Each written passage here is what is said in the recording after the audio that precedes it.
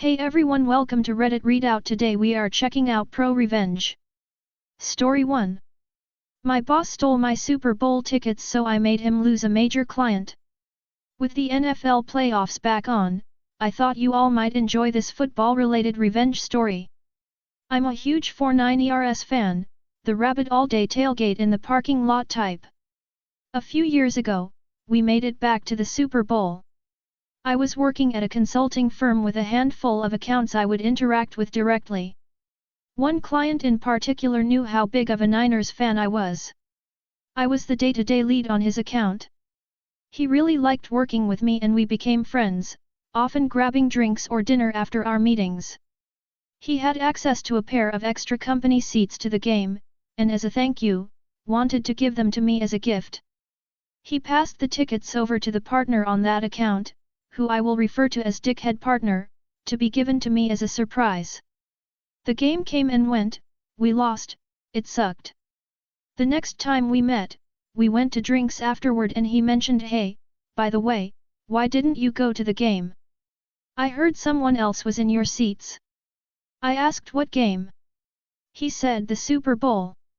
Confused, I answered I didn't have seats to the Super Bowl. He told me that he gave Dickhead Partner a pair of his company tickets for me as a gift so I could attend. I had zero idea what he was talking about. He looked shocked, told me to quietly ask around about it and get back to him. When I was back in the office the next week, I found out through one of the secretaries that Dickhead Partner had given a pair of Super Bowl tickets to another one of his clients as a gift from our company. I might have let this sort of thing go to keep the peace under different circumstances, but these were seats on the 30-yard line to see the fucking 49ers play in the Super Bowl. I was pissed.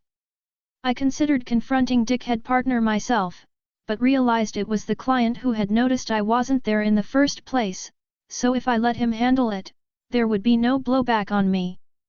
So I texted him, "Hey, I just wanted to thank you so much for thinking of me with those seats. It appears that they were given to another one of our firm's clients." He texted back right away, in all caps, "Are you shitting me? And then pretend I never told you, let me handle." He followed up with me about formulating a plan. A few days later, we were asked to come down for a meeting in their office. The client requested the partner be present, not entirely unusual, so Dickhead Partner and I hopped a flight the next week and headed over to their office. Little did Dickhead Partner know, my client had orchestrated a wonderfully awkward little show to catch him red-handed. When we entered the conference room, it was all the usual suspects along with a woman in her 30s we didn't recognize. My client immediately introduces Dickhead Partner, "This is Stephanie such and such, VP from other department, she wanted to sit in on this meeting. Hey OP, you guys must already know her from the Super Bowl." She then responds as she goes to shake my hand, "Oh, I don't think so. Did we meet there? I'm sorry if I forgot." Client responds, "Geez Steph, how much did you have to drink? They were sitting right next to you." Client looks at me, and I say, "Sorry client, I wasn't there. Are you thinking of someone else?" At this point, Dickhead Partner is looking visibly uncomfortable, probably trying to come up with an excuse. He starts in with an When Stephanie says over him, "No, so and so from other company were in the other seats. By the way, I was wondering why we gave company seats to those guys, is there a project we're working with them on that I don't know about?" Obviously not, they were in completely different industries, it would be like Coca-Cola partnering with John Deere. Dickhead Partner lets out an again, and the client immediately speaks over him asking Dickhead Partner, "I gave you those tickets for OP." At this point Dickhead Partner is turning bright red. He responds, well he wasn't able to make it, so he must have given the seats away to someone else." And turns to me looking for me to cover for him. Client smirks at me. I respond, "What are you talking about?" Client, "You gave me tickets to the Super Bowl." Client suddenly raises his voice, "Dickhead Partner, those tickets were a personal thank you gift from me to OP. Did you give them away to someone else?" Pause. "Was it another client?" Dickhead partner butts in with maybe something got mixed up in the office. Client went quiet for what probably seemed like an eternity to dickhead partner. He then looked down, grabbed his portfolio and iPad, put them into his briefcase, and said, "I think this meeting is over. OP, it seems as if I owe you a thank you gift, let's go to lunch." "Stephanie, you're welcome to join, dickhead partner, I need to evaluate our relationship, please go back home and expect to hear from us next week." Dickhead partner suggests he would like to join, presumably to do damage control, and Stephanie sternly tells him, "I don't think that's a good idea," and asks the front desk to see dickhead partner out. As soon as he is in the elevator, we all break out laughing hysterically. Stephanie wasn't really a VP, just an employee at the company who client had drafted into helping with his pre-planned meeting skit, but she did end up coming to lunch with us and was a fellow Niners fan and total blast to hang out with. On our way to the restaurant, I got a desperate text from dickhead partner saying I needed to cover for the firm and that we could discuss things when I got back. I replied, "Yes, we need to talk, but I'll see what I can do." Client told me to wait a couple hours and then respond to him. 1. To expect invoices for the resale value of the Super Bowl tickets. Resale is way above face value, it was over $10,000, as well as our lunch. He picked a pricey spot and made a big show of overspending, and that he expected them to be paid immediately. 2. Expected I be given a direct apology. 3. Expected a written apology to his company for what he considered theft. And 4.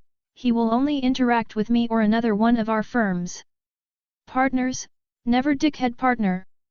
This whole thing caused a stir with the other partners, and I actually came off looking great because it appeared that I had made a good faith effort to save the client for the firm despite being the victim in this situation. The client would transfer to another partner, which meant dickhead partner lost his profit share on any work with them. Oh, and the other partners in the firm made dickhead partner pay the invoices back out of his salary. In retrospect, I really have no idea what the hell the guy was thinking. Did he seriously believe the client would just not notice me not thanking him for Super Bowl tickets? Anyway, the well was kind of poisoned for me there long term because dickhead partner wasn't going anywhere. I left the firm a few months later for a much better position. Client ultimately terminated their relationship with that firm a year later. He actually now works with a good friend of mine at a competing firm. I'm still pissed I missed out on the Super Bowl even though we lost, hoping we make it back this year so I can finally go to one in person. Go Niners! Story 2. Try to steal my legally rented parking spot, enjoy being unemployed. This happened last night. I am now in a good enough spot to actually post this. I'm not quite sure if it qualifies as pro, but it definitely isn't petty. I am a professional driver. As such, on the roads in the US, there are different truck stops throughout the country that has a pay-to-park system, usually about 10 to 20% of the lot marked off as reserved, with each space running from $15 to $25. The truck stop where this took place had parking for $17, which is relatively cheap, for a guaranteed spot. The spots are reserved for 24 hours, starting at 4 p.m. local time, and extending to 3 p.m. the following afternoon. I knew that I would have a late-night delivery, so I came to the truck stop around 3:30, and paid for a reserve spot. I told the manager on duty that I had a delivery up the road that night, and would be back, once delivery was completed, but should still be able to clear out the spot by the next afternoon, today. She told me that this was okay, and she would mark the spot as sold when I left, that way, if someone else comes in trying to reserve that spot, she could consult her notes, and deny the sale. 11:15 p.m. rolls around, I take off for my delivery. I don't get out of that facility until 2:30 a.m. the next morning, this morning. So, I groggily drive back to the truck stop to reclaim my paid-for spot, only to find that the reserved parking spaces are all full. I call the manager on duty, and after giving her my info, inform her that all the spots are full, and that someone has parked in a spot and hasn't paid for it. She sends her other employee out to start checking trucks. The culprit was from a company that is known for their bright orange trailers, and he was a company driver. The other employee starts banging on his door to inform him that he is parked illegally, and he has to move. Meanwhile, I can see the commotion from my mirror, with my vantage point in the fuel island, where I had been instructed to temporarily park. The driver answers the door with a bottle of Heineken in one hand, and some sort of smoking implement in another. I know what it is, but for the sake of the mods, I'm not gonna say it. I decided to roll down the window to hear the commotion, and I hear the employee tell the driver to either move, or he will get the towing company and police involved. This driver is flat out irate that someone had the audacity to tell him where he can and cannot park, so he slams the door on the employee, threatening him. Employee calls the police and tow company, and the police show up first. I had worked for this company before, so I know their policies, and more importantly, what they can and cannot have in their trucks. Alcoholic beverages are not allowed in the cab. Anything that isn't a cigarette or a cigar and a lighter, also not allowed. The coup de grace, a pew-pew, of any kind, absolutely not allowed, and especially not allowed loaded. This driver had all that, and some other not-so-legal substances in his cab, so he was hauled away in cuffs. His truck was hauled away on a wrecker. I made a call after the commotion died down to the company safety director, and informed them that their rig will be in an impound lot, and their driver is going to jail over the not-so-legal stuff he had in his truck. She thanked me, and said that he will definitely lose his job, especially over the alcohol and the other not-so-legal stuff. I guess he played the screw around and find out card, and it bit him in his career. Story 3. Military revenge served hot. Back in my army days, I was once in command of a unit of about 80 soldiers in Hawaii. Dialogue sections are the gist of what was said, but it's been a minute so they're not exact. Names changed, etc. TLDR, soldier wants out of the army. Commander agrees, pending good behavior. Soldier fucks around and ends up in the brig before getting kicked out. Most of the soldiers in my command were great people, happy to do their jobs and take home a paycheck. Hard workers, creative, adaptable to unusual army conditions, and generally reliable. But there was one who was trouble from the start. Gentle reader, meet Private Wiggles. My first awareness of Wiggles came 2 or 3 days after I'd taken over command of the unit. We're prepping for a month-long training exercise to Thailand, and Platoon Sergeant Maggie tells me Wiggles might not be able to go as she'd just had an outpatient medical procedure. Departure is about a week away and I have to validate the personnel roster to make sure we've got logistical support for everyone we're bringing, transportation, food, lodging, etc. So I talk directly with Wiggles and ask if she's okay to travel and participate in the exercise. Wiggles says it's not a problem. She can handle it. We get to Thailand and set up camp on a Thai army base. 2 days in, and the medical section sends a runner to find me. Wiggles is at our medical clinic, tents with cots and surprisingly extensive medical supplies, laid out with extreme abdominal pain. I cruise over to the clinic tent and the physician assistant, Pa, on duty tells me a couple things. Wiggles acknowledged recently having an abortion, the previously mentioned outpatient medical procedure, and the Pa's examination and testing shows that Wiggles has the single worst case of pelvic inflammatory disease, PID, he's ever seen. Seriously, this army Pa who has seen all sorts of crazy shit from soldiers was emphatically impressed by how bad it was. Wiggles developed PID from failing to get treatment for sexually transmitted infections for a long time. As in, she's almost glowing from it. No judgment on the abortion, not everyone is ready for kids. And the STI-induced PID can be treated with high-dose antibiotics, which the Pa has on hand. Not a problem, we've got this covered.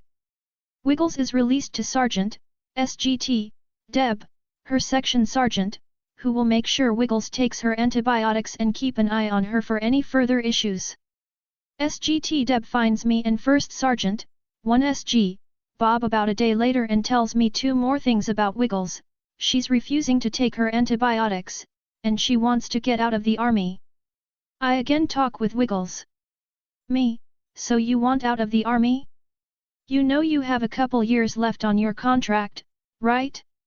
Wiggles, I know, but I'm just done being a soldier and I want to be out of the army. Me, okay, I can make that happen. You don't want to be here, then I don't want you here either.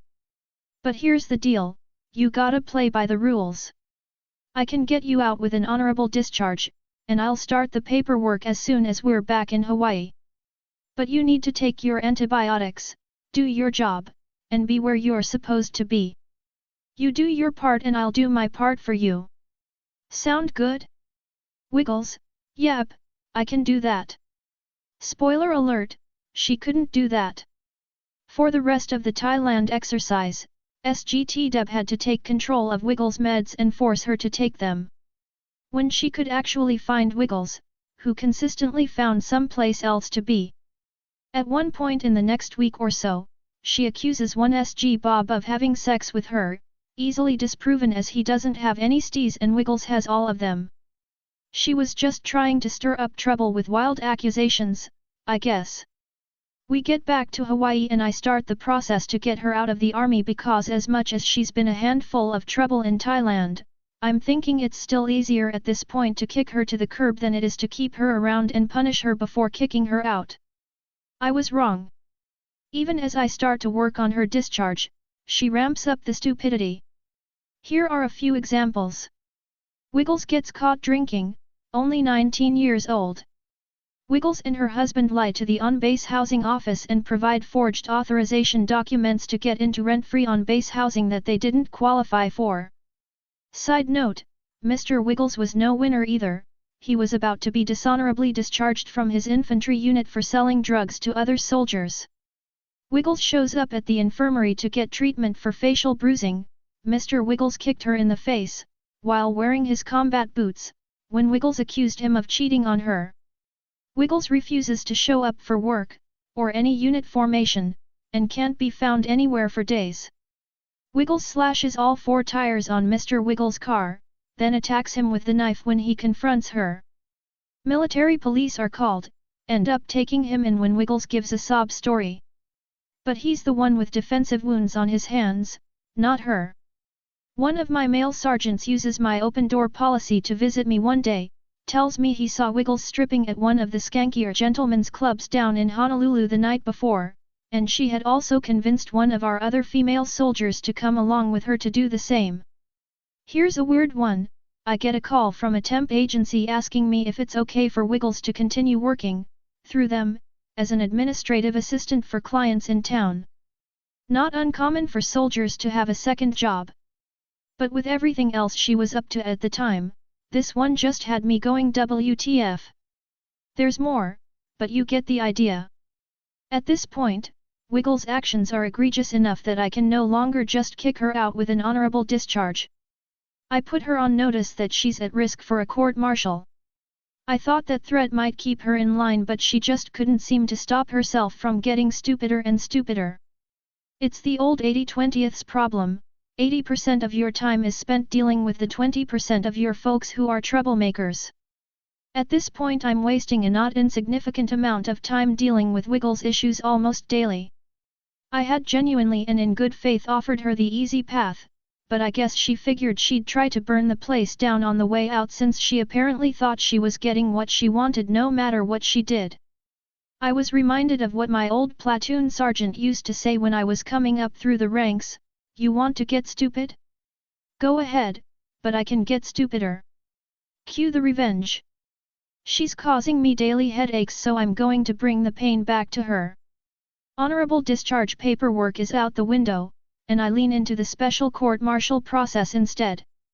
My legal counsel tells me that Wiggles' activities are likely to get her a couple weeks confinement at most, maybe not even that. She may get a monetary fine, and she'll probably get an other than honorable, auth, discharge, potential for a bad conduct discharge, which are worse, but while her actions have been not that good they also are not that bad. I'm rational enough to understand that. I have a brief chat with Captain, CPT, Morgan, Wiggles' military defense attorney, about where I'm going with this case.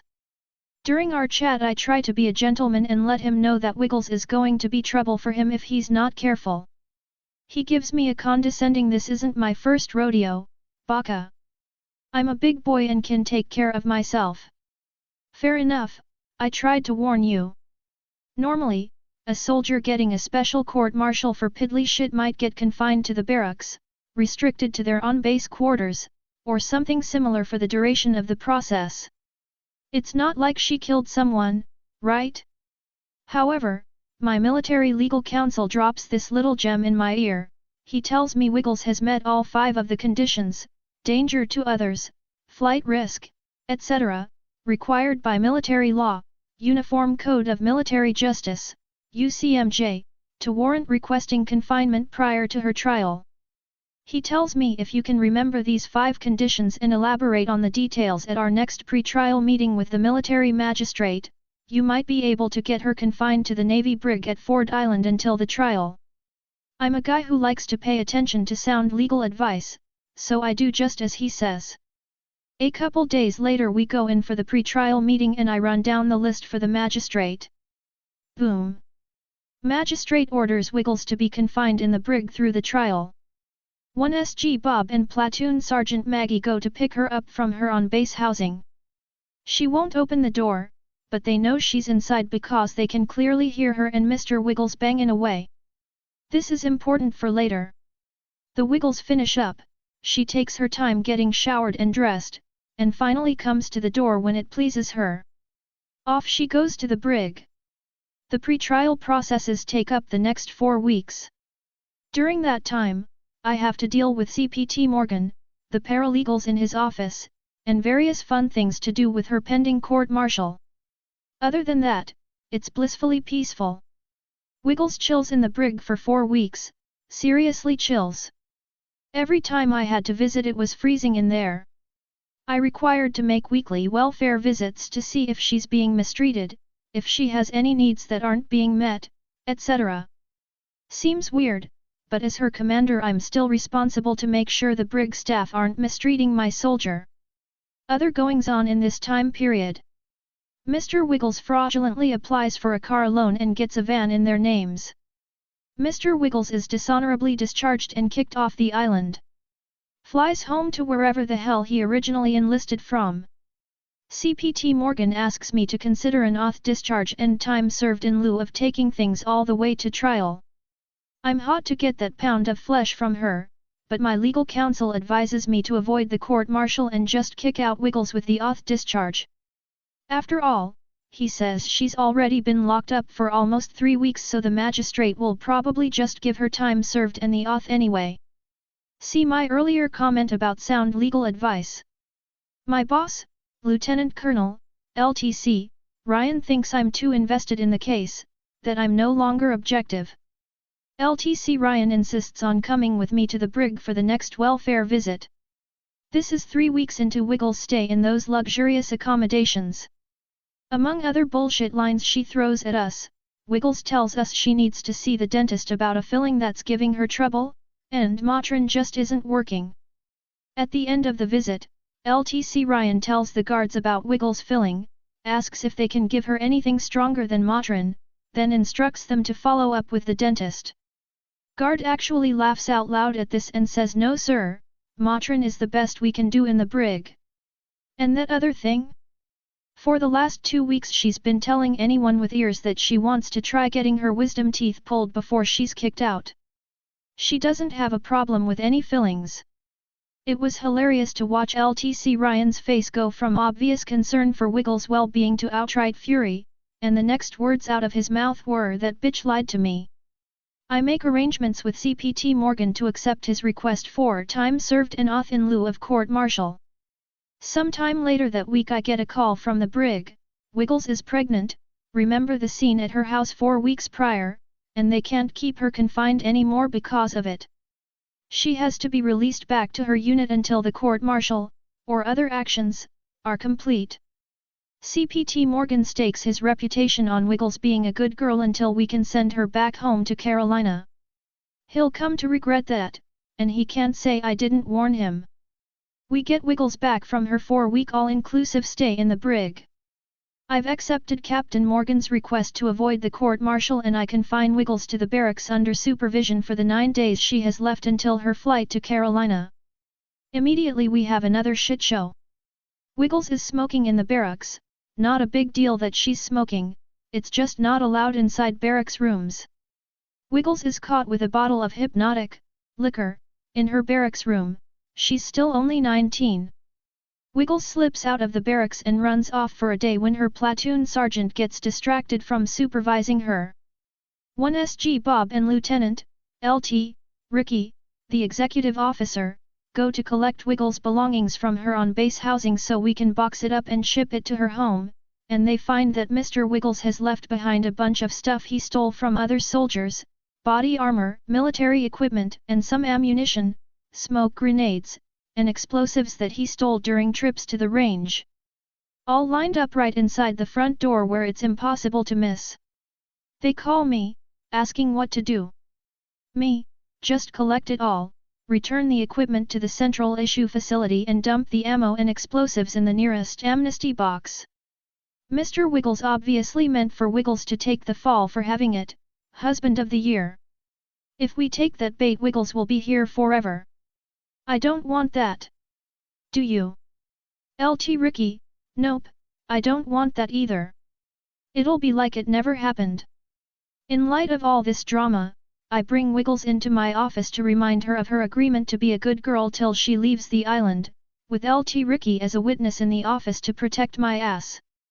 Me, Wiggles, you're in violation of your release agreement from the brig. You've been sneaking out of the barracks, you've been smoking and drinking. Wiggles, she cuts me off, yeah, and doing all kind of drugs too. Heavy sarcasm voice. Me. Be that as it may, I'm giving you fair warning that you're at risk of losing the deal I made with CPT Morgan. Additionally, you're pregnant again. I'm not sure if you're aware of it, but most damage to a fetus from alcohol and smoking will come in the first few weeks after conception. I don't know if you're planning to keep this one or not, but at the rate you're going, this baby's going to be born dumber than you. Wiggles. Gaping like a damn fish. Wiggles then bolts from of my office and runs down to LTC Ryan's office at the other end of the building to squeal on me for insulting her, LT Ricky hot on her heels. She tries to rush into LTC Ryan's office, but LT Ricky gets in first and fills him in. LT Ricky tells me later how it went down.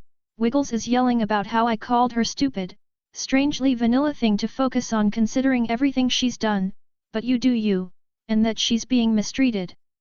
LTC Ryan yells at his admin to get CPT Morgan on the phone. Now. He reams CPT Morgan for his client's jackassery, tells him to fucking fix this, and makes various threats to CPT Morgan's career. About a half hour later I get a call from CPT Morgan. CPT Morgan, baka, baka, baka, yes, he did that whole patronizing bullshit, I can't believe the words I'm hearing from Wiggles. I'm shocked, just shocked, that you would use language like that and call her names. Side note, my mom is an attorney, and I grew up with tales from the courthouse about lawyers using exactly this sort of hyperbole. Your Honor, I'm shocked, appalled, and dismayed that opposing counsel would attempt to paint my client in such a light. It's the kind of bullshit they said when they didn't have a good argument. So as soon as I hear the word shocked I know I own him and immediately cut in. Me. And I bet you're appalled and dismayed, too. CPT Morgan, stumbling and sounding slightly confused. Well. Yes, of course I am. You can't talk to soldiers like that. I know of a lieutenant colonel, a commander, who called one of her soldiers stupid and she's no longer in command now. Me, I didn't call her stupid. I informed her of basic biological facts. Not my problem if she takes the news poorly. And arguably, she's not all that smart. Anyway, you called me and I'm pretty sure it wasn't to warn me about what I said to Wiggles, so what do you want? CPT Morgan, what will it take to prevent you from kicking back our deal? Apparently LTC Ryan had cinched his asshole up good and tight. Me, you could get her on a plane tomorrow. CPT Morgan, how about if I get her out of here by Friday? It was Wednesday, and she was due to fly out the following Wednesday. Me, I don't think you can manage that, but good on you if you do. To his credit, CPT Morgan gets Wiggles a flight for Sunday, 3 days early. I print up official orders appointing LT Ricky as a military escort specifically for her. LT Ricky drives her to the airport and the airline desk agent calls me to verify his status when they get to the check-in counter. They give him a special pass to get through security with her. He stays with her at the gate to make sure she gets on, and stays on, the plane, then stays at the gate until the plane is in the air. Some boogers are hard to flick, we wanted to make damn sure this one landed someplace else. About a month later I get a call from the military police about a derelict van in the parking lot with all 4 tires slashed. Guess who that belonged to? It's really kinda sad when I look back on it. I had 2 other soldiers come to me at different points asking to get out of the army ahead of their contracts. One just didn't want to be in the army anymore, the other did want to stay in the army but had family issues that would be a lot easier to deal with as a civilian. They played by the rules and I got both of them out with honorable discharges and all the benefits. They even qualified for unemployment. Too easy. Wiggles could have had the same treatment. I told her exactly what I could do for her, then had to shift gears and told her exactly what I was going to do to her. Then I did it. I could have been her best friend on her way out the door but instead I ended up owning her and her dumbass defense attorney. She screwed herself out of transition benefits and access to the VA, and picked up a lifelong black mark for employment, all because she couldn't play nice for a few weeks. She decided she wanted to play fuck around games, and we all know what happens next. That's all for today. Please don't forget to like and subscribe.